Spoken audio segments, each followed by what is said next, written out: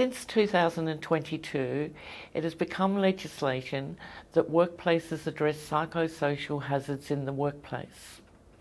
One of the most overlooked hazards or risks is grief.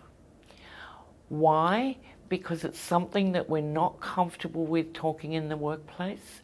We often don't know how to talk about it in the workplace, so it goes unacknowledged, leaving people to suppress their grief at work and carry on as normal.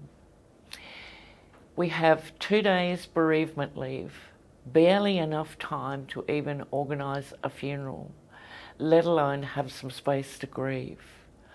What that means is people are going back to work as grieving people, unable to cognitively or emotionally focus as they normally would.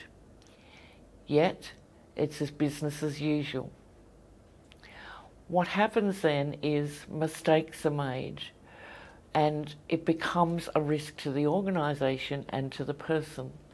Just for a moment, imagine a truck driver who's had a close loss, trying to drive his truck. Cognitively, he's not there. He's within his pain and his grief.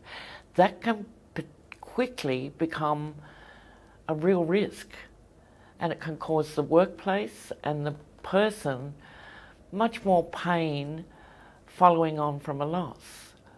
What we need to understand is how to be able to speak to people when they're grieving, how to be able to help them plan.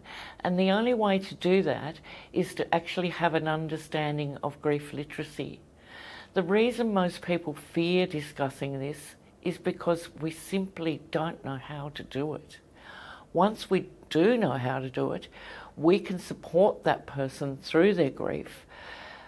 There'll be no longer as much presenteeism, absenteeism, isolation, and the person will feel supported to be able to continue with their work without carrying that loss alone. Protect your people and your organisation by registering for our training on grief literacy now.